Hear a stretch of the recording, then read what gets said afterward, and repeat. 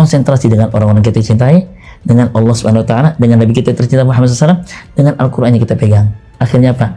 Allah akan adakan waktu yang pas untuk kita menginteraksikan dengan dunia kita. Dunia jangan sampai menguasai kita.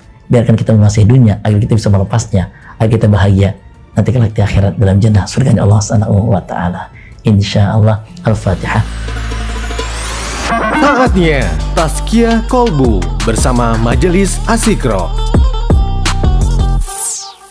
Assalamualaikum warahmatullahi wabarakatuh. Hai MC Fern, apa kabar Anda di hari ini ya? Semoga selalu dalam keadaan sehat. Pas banget udah jam 5 waktunya kita menyaksikan program Tazkiyah Qalbu. Tapi sebelum itu jangan lupa untuk like, komen, dan juga subscribe ya.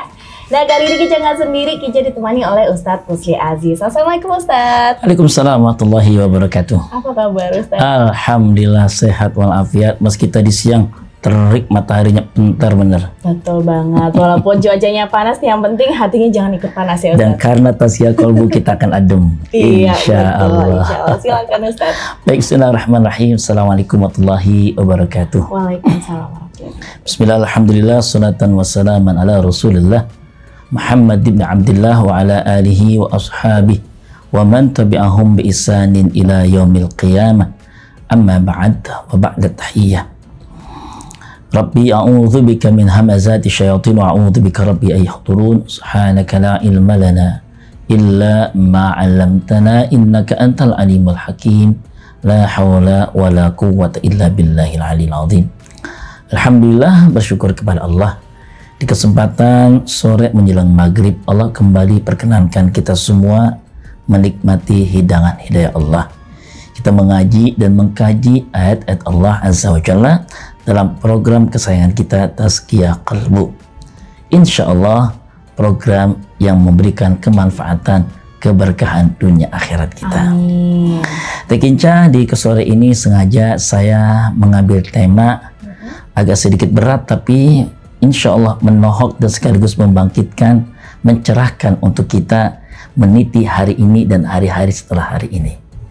4 hal ini buruk, tapi ada 4 hal lain yang jauh lebih buruk. Wah, menarik sekali ya Ustadz. Dan ini sebenarnya adalah inspirasinya karena ditemukan dalam sebuah manuskrip ya, yang ditulis oleh Syekh Muhammad Umar Al-Jawi Al-Bantani, atau lebih dikenal dengan Syekh Nawawi Al-Bantani, dalam kitabnya Nasaihul Ibad Al-Isti'dad fi Yaumil Ma'ad, saat memberikan syarah atas penjelasan kitab yang ditulis oleh Syekh Syahabul Ahmad Ibnu Hajar Al-Asqalani ya. Ada dalam kitab tersebut yang saya ingin bacakan di awal ya, dan ini mungkin bisa ikhwat juga bisa telusuri dari beberapa referensi ketika mengungkap tentang tulisan yang ditulis oleh Syekh Nawawi Al-Bantani. 4 hal yang dimaksud yang buruk itu, dan 4 hal lainnya yang jauh lebih buruk adalah adzanbu minasyabi qabihun wa minasyaikhi akbah. Saya terjemahkan, adzanbu minasyab ya, dosa yang dilakukan oleh seorang anak muda itu sebuah keburukan. Akan tetapi jika dosa itu kembali dilakukan oleh orang yang jauh lebih tua ya, jauh lebih buruk. Keburukannya berlipat. Yang muda melakukan dosa kadang kita nyebutnya wajar, meski tetap itulah sebuah keburukan. Tapi udah tua, ibaratnya dia tinggal ya senang ke kemis ya, tinggal asar ke maghrib, dia masih ngelakuin dosa jauh lebih buruk. Ini yang dimaksudkan ya. Kemudian yang kedua, wal ishtighalu bid dunya minal jahil qabih wa minal alim akbah ya. Sibuk dengan dunia bagi keumuman orang ya, kita yang bukan dalam kategori orang yang pintar ya, itu sebuah keburukan tetap ya. Terlalu tenggelam dengan nikmatnya dunia tetap sebuah keburukan ya. Akan tetapi jika yang melakukan itu tenggelam dalam nikmatnya dunia, itu jauh lebih buruk. Kita terlalu asik dengan dunia, sebuah keburukan. Ini udah orang alim, pakai imamah, Masya Allah, pakai sorban, pakai sarung, tapi masih asik dia bermaksiat dan berdosa, itu yang disebut dengan jauh lebih buruk. Yang kedua, yang ketiga, wattakasul ya, malas fit ta'ah dalam garis ketaatan min jami'in nas pada seluruh manusia itu adalah qabihun sebuah keburukan. Wa minal ulama wa talabah akbah. Akan tetapi malas dari ketaatan yang biasa dilakukan ya dalam membangun ketaatan kepada Allah dan Rasulnya dilakukan oleh ulama dan para santri jauh lebih buruk. Ya. Yang ketiga, yang keempat, wa takabbur sombong. Minal aghniya dari orang kaya. Kaya sombong itu adalah qabih, tetap sebuah keburukan. Wa minal fuqara, tetapi kalau yang melakukannya kesombongan ini hadir dari orang-orang yang al-fuqara, fakir, jauh lebih buruk. Ini yang saya maksud konten kita di kesempatan sore itu, ya, bahwa insya Allah ya saat kita coba mengaji dan mengkaji kalimat-kalimat indah dari para nasihatnya para ulama menjadikan pencerahan buat kita semua. Poin pertama misalkan tadi sampaikan, dosanya orang muda, anak muda tetap sebuah keburukan. Orang tua masih ngelakuin dosa jauh lebih sebuah keburukannya. Kita mungkin karena muda, kadang kita menganggap biasa, ya. Ibarat kata masih jauh, Belanda masih jauh bung, ya, masih panjang, ya. Tapi dalam makna bahwa kalau kita selami muda dan tua hanya persoalan usia, persoalan waktu dengan bilangan umur. Tapi ada bagaimana eksistensi kita saat kita di hadapan Allah dan di hadapan manusia. Sesungguhnya apalagi yang hak adalah sebuah kematian. Apakah ada yang pasti kita menyebutkan bahwa kematian kita akan panjang? Ternyata yang muda banyak yang pulang lebih awal, ya. Guru kita almarhum Allah yarham Kiai Haji Muhammad Arifin Ilham belum dikatakan tua-tua banget kan, usia 50 yang masih muda, nggak muda. Ternyata anaknya yang jauh lebih muda, Muhammad Ammar Az-Zikra, pulang lebih cepat juga. Ini sebuah fakta yang tidak bisa dibantah. Kematian adalah haknya Allah, bisa datang kepada siapa saja yang dikehendaki. Nah, kita yang masih muda ngerasa, tenang, masih ada banyak waktu dan kesempatan. Jangan ngerasa bahwa dia merasa semuanya bisa dan akhirnya ada waktu buat nanti bertobat. Tak bisa, ya. Selama hidup, selama itu kita harus waspada dan maha hadar. Hadar itu artinya apa? Dia punya ketakutan yang kuat bahwa jangan-jangan hitungan menit ke depan, jam ke depan, hari ke depan, minggu ke depan kita sudah tidak ada di sana. Kalau sekarang kita mengantarkan, insya Allah kemarin guru kita ya istri beliau berpulang ke hadirat Allah, ya, ketika mengantar, ya, bisa jadi besok giliran kita yang diantar, ya, kita datang dengan air mata. Besok kita didatangi dengan aliran air mata orang di sekitar kita. Namanya umur ya Ustadz yang gampang. Maka ini menjadi pencerahan buat kita semua. Tua dan muda, yuk mari saatnya kita wasari'u ila maghfiratin min rabbikum. Ya, bersegeralah. Kalimatnya sari', sur'ah, cepetan, ya. Bersegeralah untuk mendatangi ampunan Allah Subhanahu wa taala. Taubat.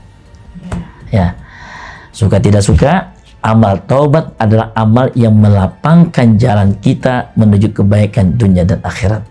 Ya, ternyata pintu kebahagiaan seorang hamba itu ketika dia mendeklir dirinya bertaubat kepada Allah. Satu kali melakukan sebuah kesalahan, baru satu kali lah padahal, tapi petakannya sangat luar biasa. Siapa? Adam, kakek kita.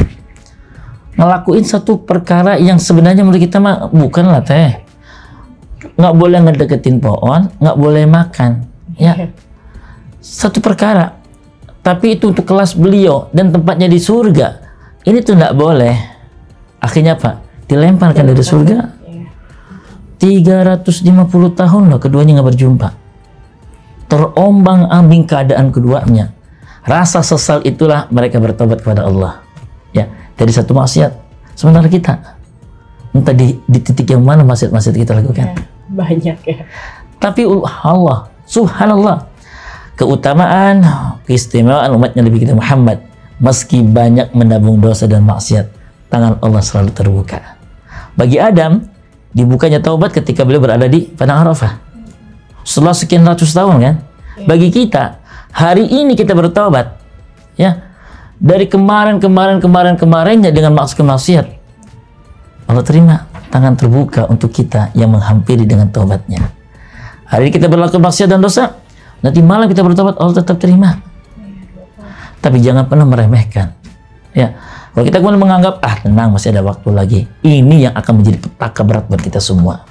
Ya, ada seorang wanita ya di daerah Iskandaria di Mesir. Ini kita dapati dari sebuah jurnal tulisan berbahasa Arab ya. Bagaimana ketika itu dia masuk ke sebuah angkot ya, taruh seperti angkot kita di sini. Masuk ke sebuah angkot, lalu di dalam itu ada seorang syekh dengan pakaian khas-khasnya. Dia duduk, tapi maaf, ini perempuan itu pakaiannya nggak nyaman teh. Depan belakang pada benjol. Nggak enak dilihat. Nggak enak dilihat dalam konteks syariat gitu ya. Nah, tanggung jawab seorang syekh kan mengingatkan. Ya nggak pantas lah di depan syekh semua terbuka ya. Diingetin. Kayaknya di negeri yang sangat dimuliakan Allah ini, tanah Mesir ini, tak layak antum waktu Anda mengenakan pakaian itu katanya. Dia diingatin kayak begitu. Apa kalimatnya? Masya Allah. Dari Syekh, tempatmu nggak di sini. Kalau kau mau berkhutbah itu di mimbar. Ya.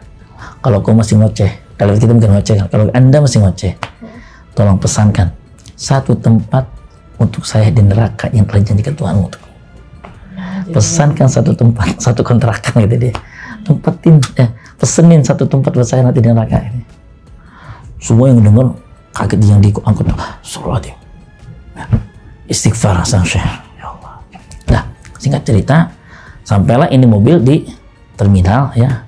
Betulan seorang Syekh duduknya di pintu seberangan dari ini perempuan duduk, di mana dia itu berada di menghalangi jalur keluar masuk.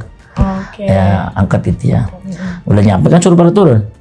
Nah, orang-orang di dalam mau turun susah, kalangan sama dia. Kan posisi begini nih. Ngalangin gitu. Takutnya dibangunin dia semprot lagi kan. Kalau tadi udah kelihatan semprot bahasa yang nggak nyaman kayak begitu, semua istighfar, takut juga. Akhirnya diminta oleh Syekh, "Sofir tolong bangunin tuh," katanya.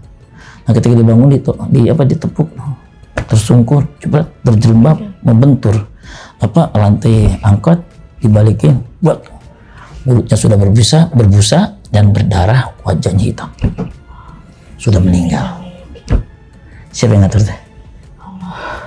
Saya ngeri loh Ustadz. Apa ada yang bisa mendesain skenario itu kecuali Allah Azza wa Jalla? Kok berani-beraninya mengatakan ya hal yang tidak patut, entengnya. Dia nggak sadar saat itu malaikat sedang warawiri ya, memandangi, melihati, melototi semua yang akan punya jadwal kematian. Maka jagalah diri kita ya, jangan menunggu sampai kita tua kita bertobat kepada Allah Subhanahu wa taala. Nih, poin yang pertama teh ya. Itu pelajaran buat kita semua MC Prank ya, buat untuk tidak terlalu mendongak ke atas ya Ustadz ya. Ya. Bahkan berikutnya teh yang saya kemudian jadi sama-sama sering mengingatkan antar kita ya. Tidak ada jaminan juga seorang ustadz itu akan punya pertahanan kuat dengan istiqomah ya. Tapi adalah bagian dari kita saling mengingatkan. Poin yang kedua yang disebutkan bahwa sibuk dengan dunia kita semua itu sebuah keburukan ya.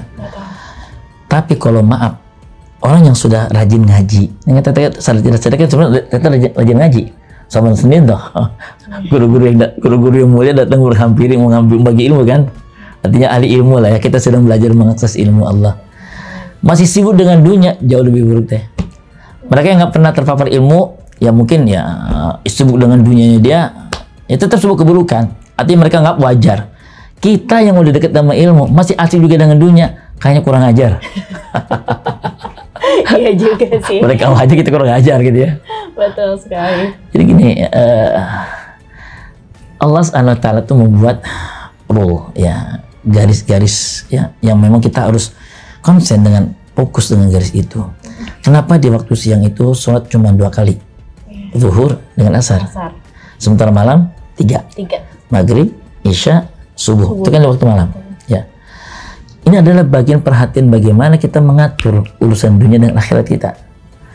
Suka tidak suka, bahwa perhatian kita antara kita menengok ke atas ada akhirat, menengok ke bawah ada dunia, ya. Dari garis mata kita ke atas adalah akhirat, garis mata kita datar ke bawah adalah dunia, ya. Itu garis simetris bahwa dunia ada di waktu siang, akhirat ada di waktu malam. Malam harusnya lebih kuat fokusnya dengan Allah, karena dikasih waktu 3 kali, maghrib, isya, subuh. Bahkan menghadirkan antara isya sampai subuh amal-amal yang mendongkrak agar yang kurang di waktu siang bisa dilengkapi. Ya, ada tahajud, ya kan? Ada hajat, ada istikharah, ada taubat, ada tasbih. Dilakukan di malam hari kan, di qiyamul lail. Ya. Sementara siang, ya. Coba perhatikan, ketika misalkan dia siang ingin membangun supremasi dunianya, Rasulullah Muhammad SAW dengan sadar tidak sadar mengajarkan kepada kita kapan kita sibuk dengan dunia dan dibolehkan sibuk dengan dunia. Ya, baik. Kita akan lihat bagaimana rumahnya Rasulullah SAW dalam mengisi lorong-lorong hari beliau. Beliau kapan bangun teh? Ya, pertanyaan ini sangat sederhana. Pengen tahu kapan Rasul bangun? Kita cek amalan beliau. Rasul sholat malamnya itu di separuh malam. Dan Al-Quran menyebutkan wa minal laili fatahajjat bihi nafilatan lak asa ayyib asaka rabbuka maqam mahmuda. Dari separuh malam itu maka bangunlah engkau, hujud, jauhkan punggungmu, hujud tahajud, dari kata hujud, jauhkan punggungmu dari pembaringan, jauh, ya, dari separuh malam. Kalau misalkan awal malam jam 6, akhir malam jam 6, berarti separuh malam jam berapa? Jam 12. Jam 12. Oke. Rasul berarti di jam segitu sudah mulai bangun. Kenapa bisa dikatakan itu? Karena beliau membaca pada rakaat pertamanya surat Al-Baqarah teh. Al-Baqarah ada berapa juz? 3 ya. 3 juz. 1 juz itu berapa? Kalau kita membaca Al-Quran yang 1 juz berapa jam? Apa berapa hari? Atau berapa minggu? Berapa? 1 juz. Kalau dilempar kamu teman-teman pasti senyum. Taruhlah standar imam-imam syekh yang ada di haram, ya, di Makkah dan Madinah. 1 juz itu 1 jam, kurang dikit, ya. Dengan bacaan tadwir. Ada 3 model bacaan ya, sedikit ilmu ya. 3 bacaan Quran. Pertama takik, yang kedua tadwir, yang ketiga hadar. Takik itu seperti orang anak TK lagi belajar. Bismillahirrahmanirrahim. Ini bacaan takik. Semua hurufnya hidup. Tapi sayang, ya, menurut ahli qiraat nggak dipakai buat sholat. Dalam hal dia menjadi imam. Kebayang nggak kalau imam membaca dengan model takik? Ya, Bang Ari menjadi imam. Bismillahirrahmanirrahim. Imam taraweh. Di belakangnya ada kaki. Ya. Alhamdulillah. Kapan kelarnya? Assalamualaikum, assalamualaikum. Ngelihat belakang, wah, wasol udah mulai kabur. Ini nggak direkomend dibaca. Nah, yang tadbir itu yang tadi, Bismillahirrahmanirrahim, Alhamdulillahirabbil alamin, Arrahmanirrahim. Nah, ini tadbir, ya. Biasanya 1 jam cukup 1 juz. Ada lagi hadar. Bismillahirrahmanirrahim, Alhamdulillahirabbil alamin, Arrahmanirrahim, Maliki yaumiddin, iyyaka na'budu wa iyyaka nasta'in, ihdinas siratal mustaqim, siratal ladzina. Ini punya cepat, kadang 7 ayat di satu nafas. Tidak direkomend. Yang pertama tidak direkomend, yang ketiga pun tidak direkomend. Kenapa yang belakangan, yang nomor 3 itu tidak direkomend? Dia hanya untuk orang yang sedang murojaah. Anak-anak yang sedang menghafal Quran, dia kan perlu menempelkan hafalannya ke lisan. Maka bacanya dengan cara hadar, cepat. Nah, ini pun sama, tidak direkomend, walaupun pasti banyak penyukanya. Karena cepat ya, Ustaz. Allah gitu ya. Nah, Rasul tuh baca dengan cara murattal, ya, itu untuk 1 rakaat saja hampir 2,5 jam. Oke, rakaat keduanya Ali Imran hampir 4-5 jam untuk 1 rakaat, satu kali sholat. Berarti kalau subuhnya jam 4:30, jam berapa beliau mulai sholat? Ketemu kan? Itu jamnya Rasul. Nah, ini kita bangun malam, bukan langsung ambil air wudhu, gelar sejadah, pakaian sholat malam. Handphone jam berapa? Iya, betul. Statusnya ya. Bentar deh, 5 menit lagi. Dunia lagi. Udah gelar sejadah teh, ada japri masuk, emang gak dilirik? Iya. Dunia menarik mata kita. Kapan kita mulai start dengan dunia? Nah, ada sholat malam, sebelum sholat sebelum sholat subuh itu ada amal yang utama dalam Al-Quran, dalam membimbing kita. Wahum yastaghfiruna fil ashar, itu sahur, di waktu sahur sekitar 30 menit, baiknya banyak istighfar.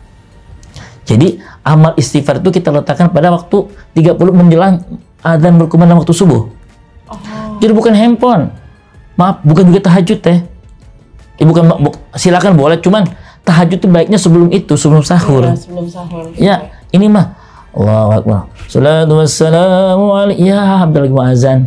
Tahajudnya di waktu menjelang azan.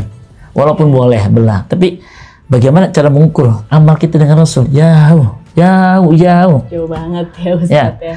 Kemudian maghrib subuh sampai menjelang waktu isyraq masih kita untuk mengumpulkan energi. Kelak nanti akhirnya syuruk sebagai awal waktu duha, itu Anda masuk ke dunia. Jadi kalau membuka handphone di waktu duha, agar apa? Perlayaran kita, ibarat kata kita akan berlayar di bahtera lautan maha luas yang membentang itu di waktu duha. Silakan berlayar, berselancar dengan handphone kita, pasti berkah. Jadi ada jatahnya ya Ustaz ya. Itu al-istighfar. Nah Ustaz, tapi Kinca potong dulu ya. Okay. Mungkin perkara atau hal apa sih yang mungkin bisa dimintai pertanggungjawaban ketika di akhirat? Tapi jangan dijawab dulu, dan pastinya MC Frank jangan kemana-mana, stay tune terus di MC Podcast.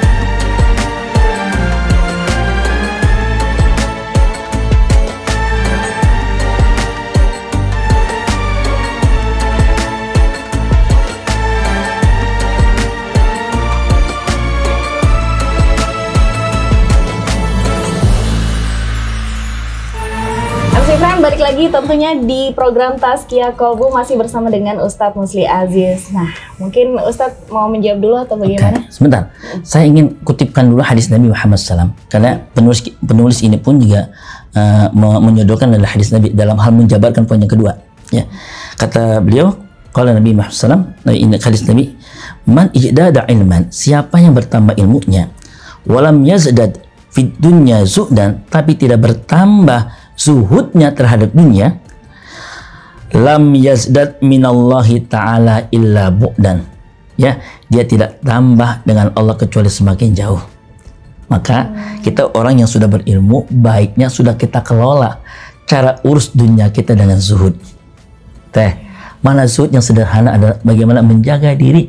Jangan sampai ada sesuatu yang semuanya serba dunia, yang waktunya habis dengan dunia menghinggapi kita. Jadi kita sudah mulai lagi memanage ulang bagaimana kita cara mengatur agar dunia jangan sampai menguasai kita. Kita yang menguasai dunia. Di tangan kita, bukan di hati kita. Dunia silakan boleh berwarawiri di sekitaran kita, tapi cukup menjadi sesuatu yang transit di tangan kita agar mudah kita melepasnya. Karena kalau sudah tersimat di hati, berat keluarnya teh. Dalam tidur kepikir, ya duit itu, ada aja dipikir, ya mobil, ya kredit itu. Ada aja nyangkut, cicilan belum kelar, belum, aduh, ya, dan ada yang lagi dia kolek. Masya Allah, kita akan jadi sibuk dengan itu. Maka kita belajar kepada mereka, orang-orang yang telah terampil, cerdas mengelola dunianya. Ya, kita bicara tentang Abu Bakar As-Siddiq. Beliau bukan berarti tidak cinta dengan dunia, beliau cinta dengan dunia. Bahkan beliau menguasai dunia dengan baik. Kalau bisa dikatakan beliau orang yang kaya raya. Yang dikata bahwa orang Islam itu nggak boleh kaya, boleh kaya. Tapi bagaimana kekayaan itu bisa dimaksimalkan untuk kebaikan agama Allah? Bilal bin Abi Rabah ketika disiksa habis-habisan oleh Abu Sufyan, ditindih tubuhnya dengan batu yang sangat besar, diterik matahari yang sangat menyengat. Kita aja cuma 34 bang. Tadi saya kesini 34 derajat Celcius. Bilal itu di atas 50 derajat Celcius. Panas, nggak pakai baju, ditindih pakai batu yang sangat berat, besar. Kemudian datang ke Abu Bakar Siddiq. Boleh, silakan, saya akan bebaskan dia, tapi tolong keluarin uang untuk membebaskan dia. Berapa? 9 uqiyah. 9 uqiyah, Anda tahu bagaimana kurs uqiyah dalam transaksi muamalah emas? 1 uqiyah itu sama dengan 45 gram emas teh. Ini kalau bicara emas ngomongnya sama laki-laki sama mama ya. Kalau laki-laki makanya lebih cepet ya Ustaz. Kalau mama kan Mas Jono, Mas Joko. 1 gram emas sekarang berapa duit? 1 jutaan lebih. Nah, 1 juta setengah. Berarti 1 uqiyah itu 45 jutaan lebih. Wow. Dikali 9. Saya ngitung hampir setengah miliar. Harga seorang Bilal bin Abi Rabah. Harga seorang Bilal. Emang ada di antara kita kayak begitu? Duit ada. Coba teh, misalkan ada donasi nih Pak, donasi partai lah paling gampang deh. Iya. Karena kita ngecek dulu kan, seorang suami ada panggilan begitu, paling ya ngomong dulu kan ke istrinya yang berapa ya kita kasih. Pakai hitung-hitungan dulu, jangan yang segitu, nanti banyak kan. Tapi lihat bagian Abu Bakar Siddiq, nggak pakai laporan dulu sama istrinya, udah langsung untuk Allah. Oke, saya bebaskan. Di tahun 7 Madinah, ya Rasul ketika sudah hijrah di Madinah tuh nggak ngeluarin air.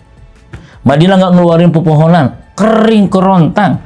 Gunung Uhud, bang, nggak banyak suka bilang umroh. Gunung Uhud itu warnanya sudah beda, seakan ingin membuncahkan kandungan dalamnya. Saking panasnya yang sangat luar biasa. Nabi ngomong di hadapan para sahabat, di antara Abu Bakar Siddiq, ya, man jahada fi jaisil usrah falahul jannah. Ini di tahun berat kayak begini, siapa yang mau menggadaikan harta dunianya dengan akhirat, baginya adalah surga di pintu mana yang dia suka. Nah, Abu Bakar Siddiq bawa. Sebelumnya memang Umar. Tapi Umar naruh banyak, kata Rasul, bagaimana istrimu, anak-anakmu? Yang ngecek bagaimana manusiawi kan? Ada separuhnya lagi Rasul. Jadi kalau mereka tuh bukan 2/3 teh, kalau kita kan 2,5. Ya, kalau kita kan 2,5 kan ya 2,5 dikali berapa ya, kita bulanan ini sekian jut gitu ya, dikali 2,5 kan gitu hitungnya. Paling banyak 10%. Tapi kalau Umar bin Khattab separuhnya teh. Separuhnya. Dan kemudian nggak lama datang Abu Bakar bawa banyak, lebih banyak daripada yang bawa oleh Umar. Rasul pun terbelalak. Abu Bakar, lebih banyak amat ini. Istrimu gimana? Anak-anakmu gimana? Apa jawabannya? Ini yang akhirnya kita belajar. Mereka itu telah sukses mengelola dunianya dengan sangat baik. Sangat zuhud banget. Ya.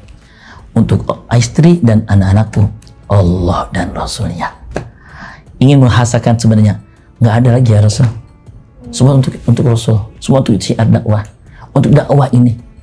Karena diceritakan oleh Asma binti Abu Bakar, adiknya Aisyah, ya, itu Rasulullah. Itu Asma mengatakan ketika ayahnya ngambil deposit yang ada di rumah, itu ada kakeknya kebetulan. Kakek ngeliatin aja, loh, kok diambil semua? Kok diambil semua? Ya wajarlah kakek kan. Betul. Ditarik tangannya sama Asma. Kakek. Ayah masih punya banyak. Tenang, don't worry, be happy. Nah, masih banyak katanya. Apa kata Asma? Wallah, saya hanya supaya nyenangin ayah aja, nyenangin kakek aja. Ayah benar-benar ngambil seluruh harta yang ada di rumah untuk kepentingan agama Allah. Semua dilepas teh. Kalau kita kan enggak. Kalau kita mesti pikir panjang dulu. Kir gitu. Baik, ikhwatal iman, ya. Ternyata perlu zuhud, ya. Ada yang namanya Dun al-Misri. Ya. Untuk mengamalkan bahwa jangan sampai kita tenggelam dengan dunia. Berpikirlah panjang kita nanti di sana. Orang yang hebat itu berpikir panjang nanti di sana. Dia berpikir bukan di sini. Lintasnya sudah lintas teritori alam. Ya. Apa? Dun al-Misri. Beliau itu sudah dari dari Irak, ya. Dari Irak sudah kembali ke Palestina. Ya. Beliau kelupa ada pulpen temennya kebawa, keangkut. Astagfirullahaladzim. Irak sampai ke Palestina itu sekitar 1.300 kilo. Beliau balik lagi teh. Untuk sekedar ngembaliin pulpen. Saking ingin halalnya dan nggak sampai ada persoalan hak-hak adami terjadi antara dirinya. Ada lagi namanya Imam Sufyan As-Tsauri. Ya. Beliau sudah di Turkmenistan. Ya, ke Syam, Suriah sekarang. Ya, Syam. Tidak jauh dari tempat di mana Palestina, Gaza itu. Suriah. Sekitar 2.300 km. Sudah ada di Turkmenistan. Ketika akhirnya sampai Turkmenistan, di tengah jalan itu dia pernah bertransaksi beli korma 1 kilo. Ternyata ketika sampai rumah ada korma yang masuk di lipatan-lipatan bawaannya dia. Lah, ini punya siapa? Dia balik lagi untuk ngembaliin 1 biti korma. Itu zuhud namanya teh. Beda sama kita ya. Kalau kita teh, coba. Alhamdulillah rezeki. Nah, Inca nih lagi ceritanya sama beli kelengkeng ya. Ngomong, bang berapa bang? Iya. Biasanya begitu. Nah, berapa tapi ini masuk nih. Iya, masuk terus ya. Manis neng, kita coba. Ya Allah, kita harus belajar dengan mereka ya. Kita jauh, level kita jauh. Dan karena itulah kenapa kita berbincang hal ini. Agar kita menaikkan level kehormatan kita nanti di sisi Allah Azza wa Jalla. Tadi gimana tadi yang pertanyaan tadi? Musuh selanjutnya? Berkara atau hal apa nih ketika dimintain pertanggungjawaban di akhirat? Ya, satu hal. Ya, kullukum ra'in wa kullukum mas'ulun an ra'iyati. Setiap kita ini nanti akan dimintakan pertanggungjawabannya di hadapan Allah. Setiap kita, kullukum ra'in wa kullukum mas'ulun an ra'iyati. Ya, artinya apa? Kita sebagai seorang suami, kita sebagai seorang ayah, kita sebagai seorang anak dari orang tua kita sebagai kepala rumah tangga, kita sebagai bagian dari masyarakat tinggal kita kalau adalah kita sebagai seorang gubernur, kita sebagai seorang presiden, wallah, semua hal akan dimintakan pertanggungjawabannya di hadapan Allah SWT. Maka ya, ngeri kalau dia paham tentang hal ini. Satu yang melekat di tubuhnya saja, ya, tangan kau gunakan hari ini untuk apa? Tanda tangan, jelas-jelas melanggar, ada pasalnya, tidak boleh, ya, masuk politik lagi bentar ya. Ya, jelas ini nggak boleh, hilang rasa malunya, berlindung di bawah boleh kok. Dia menghadirkan pasal-pasal baru, dia ketok ciles, majelis kehormatannya datang ngetok, tapi emang terusin enggak, hilang semua rasa malunya. Kenapa? Karena dominan politik di dalamnya. Dia demi Allah akan nanti dimintakan pertanggungjawabannya hadapan Allah SWT. Termasuk maaf ya, Khalifah Umar bin Abdul Aziz, cucu atau cicitnya Umar bin Khattab, ya, bahkan ada yang memasukkan beliau itu sebagai bagian dari Khulafaur Rasyidin, bukan hanya 4, Abu Bakar, Umar, Utsman, Ali, bahkan memasukkan Umar bin Abdul Aziz karena saking amat waraknya beliau, saking amat juhudnya beliau dengan dunia. Ketika sudah selesai, sudah selesai kan jamnya nih urusin politik, dia matiin lampu, gak ada semua fasilitas minuman segala macam, dan dia buka baju. Inilah saya biasa apa adanya. Ada di antara kita kayak gitu? Nih, jam kerja jam berapa? Udah pulang waktunya. Masya Allah, AC masih panteng, lampu masih kenceng, data masih kuat. Kita nggak biasa. Nggak biasa. Padahal apakah, yang maaf, the owner, ya, apakah ridho? Iya, betul juga ya. Yang pertanyaan, karena nanti dia akan dimintakan pertanggungjawabannya oleh Allah SWT.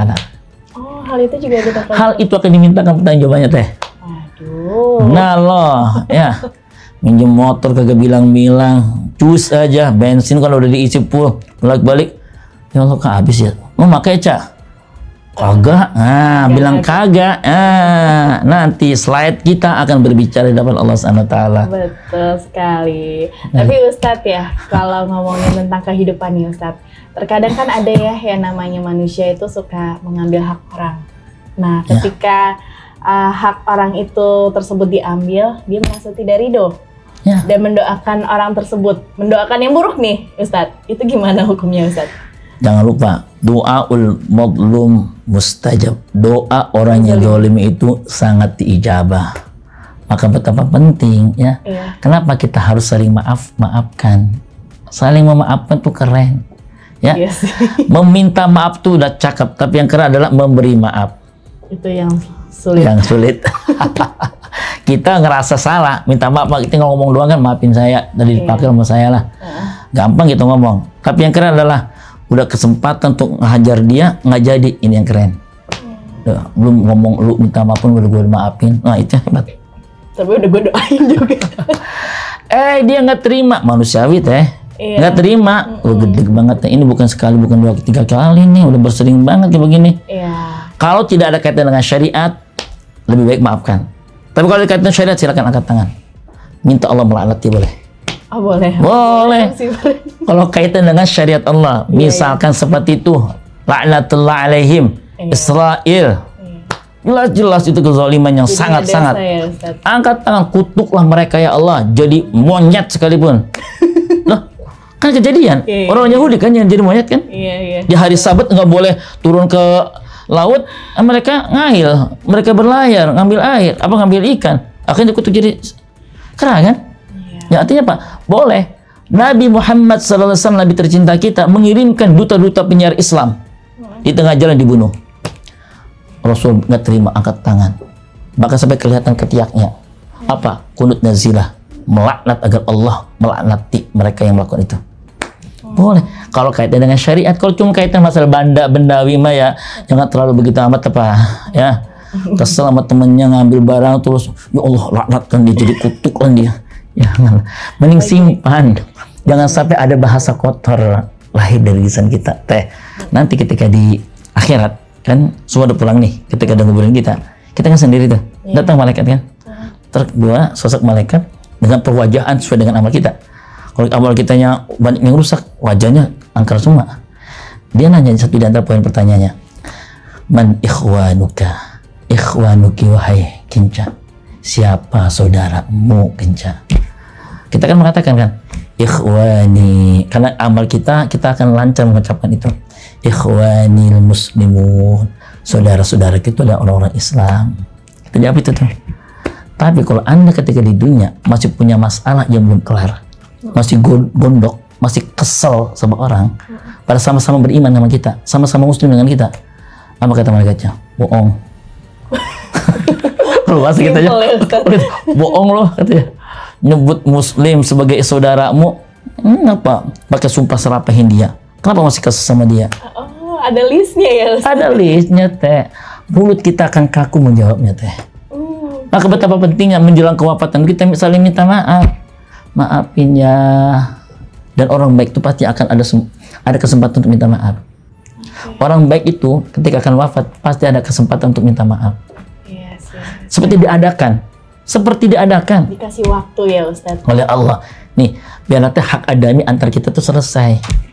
Maka mumpung kita juga nggak tahu teh, mungkin omongan saya banyak yang salah, tolong maafin saya. Ngambil cerita teteh. Kalau memang menyakiti hal yang tidak terima di hatinya, tolong keluarin, kita sama-sama saling melebarkan hati.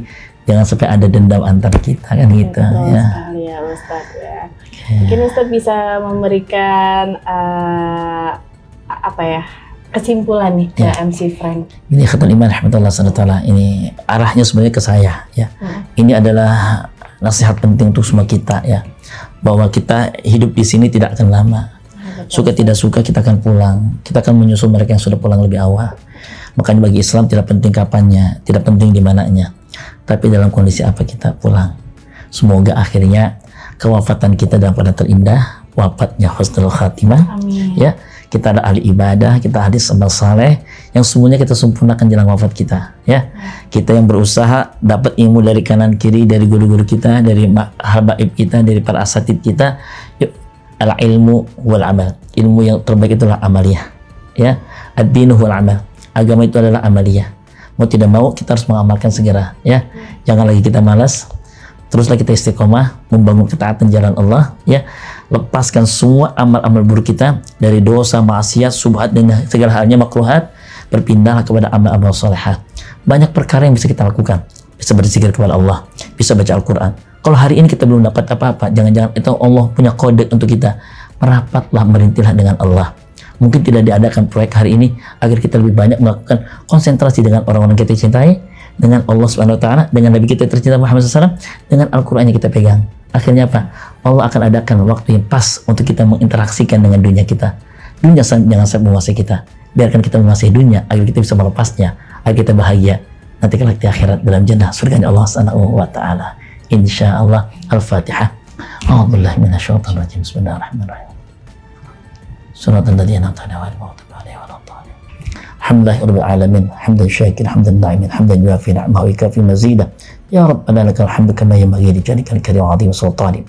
Ya Allah ya Rabbana, di penghujung tahun ini ya Rabb, kami mohon kepada Engkau ya Allah, ampuni seluruh dosa-dosa kami, maafkan semua salah hilaf kami, berkahi sisa usia kami ya Allah, ampuni semua dosa orang tua ayah ibu kami ya Allah, kasih sayang cinta keduanya sebagaimana keduanya telah mencurahkan kasihnya kepada kami. Ya Allah ya Rabbana, kami ingin bahagia dunia akhirat bersama dengan orang-orang yang kami cinta ya Allah. Ya Allah ya Rabbana, sempurnakan apa yang masih kurang dalam amal ibadah kami ya Allah. Kami ingin istiqamah, semua kami taubati atas semua dosa maksiat kami ya Allah. Tidak ada lagi lembar dosa maksiat dalam diri kami ya Allah. Kami jaga mata kami jaga telinga kami jaga lisan kami ya Allah. Tundukkan semua itu ya Allah dalam penjagaanmu yang sempurna ya Allah. Kami ingin bahagia dengan ridho-Mu, rahmat-Mu, berkah-Mu, maghfirah, ampunanmu, dan kelak nanti dengan jannah surga-Mu ya Allah. hari ini, tahun ini ya Allah lebih indah dari tahun-tahun sebelumnya. Esok yang akan kami jelang tahun 2024 ya Allah, perkenankan lebih baik dari tahun-tahun sebelumnya ya Allah. Lebih kuat akidah kami, lebih ikhlas kami dalam beramal, lebih khusyuk dalam sholat kami, lebih tekun ibadah kami ya Allah, istiqamah semua amal kebajikan kami ya Allah, santun dan mulia akhlak kami, sakinah mawaddah warahmah rumah tangga kami ya Allah, berkahi sisa usia kami, berkahi persahabatan dakwah kami ya Allah, berkah podcast 175 FM ini ya Allah, berkah untuk semua kami yang berkhidmat di dalamnya ya Allah. Rabbana atina fid dunya hasanah wa fil akhirati hasanah wa qina adzabannar. Berkah untuk Indonesia tercinta kami ya Allah, dengan hadirnya pemimpin yang amanah yang mencintai umat-umat mencintainya ya Allah. Rabbana fadli subhanaka wa izzati amma yasifun. Assalamu ala mursalin walhamdulillahirabbil alamin. Terima kasih atas segala perhatiannya. Mohon dimaafkan lahir dan batin.